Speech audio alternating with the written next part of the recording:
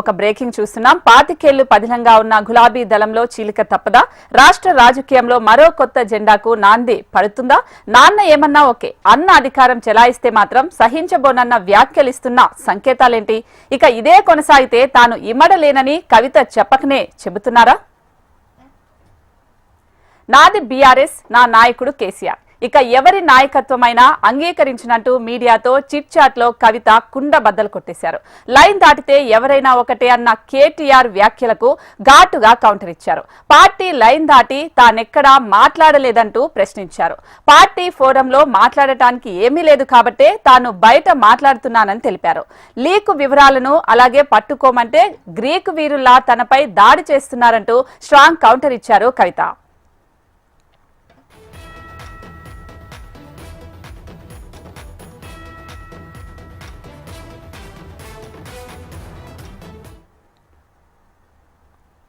తన వ్యాఖ్యల్లో కేటీఆర్ నే టార్గెట్ చేసిన కవిత పార్టీని ఇలా ఎలా నడిపిస్తారంటూ ప్రశ్నలు వేశారు. కేసీఆర్ కు నోటీసులు ఇస్తే ఎందుకు స్పందించడం లేదన్నారు. గ్రామాల్లో ఎందుకు ధర్నాలు చేయడం లేదని ప్రశ్నించారు. పోరాట స్ఫూర్తి లేకుండా బీఆర్ఎస్ ఎలా బలోపేతం అవుతుందంటూ పార్టీలో అన్ని తానై వ్యవహరిస్తున్న కేటీఆర్ నాయకత్వాన్ని ప్రశ్నించారు.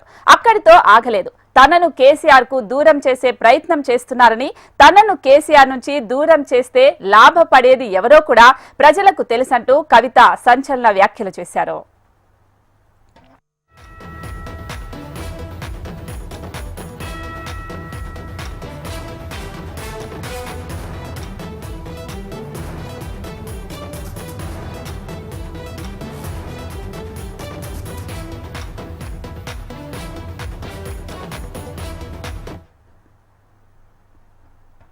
కవిత లేక బయటపడిన నాటి నుంచి జరుగుతున్న పరిణామాలు చూస్తే ఆమె కొత్త పార్టీ పెట్టడం ఖాయమనే వార్తలు వస్తున్నాయి.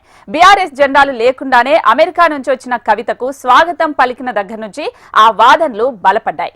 ఇవాళ కవిత చేసిన వ్యాఖ్యలు చూస్తే కేసీఆర్ నాయకుడిగా ఉన్నవరకే బీఆర్ఎస్ లో ఉంటానని చెబుతున్నట్టుగా అర్థమవుతోంది. కేసీఆర్ కాకుండా పార్టీని ఎవరి చేతుల్లోకి తీసుకున్నా కాంప్రమైజ్ అయ్యే ప్రసక్తే లేదని కవిత ఆల్మోస్ట్ క్లారిటీ ఇచ్చేశారు.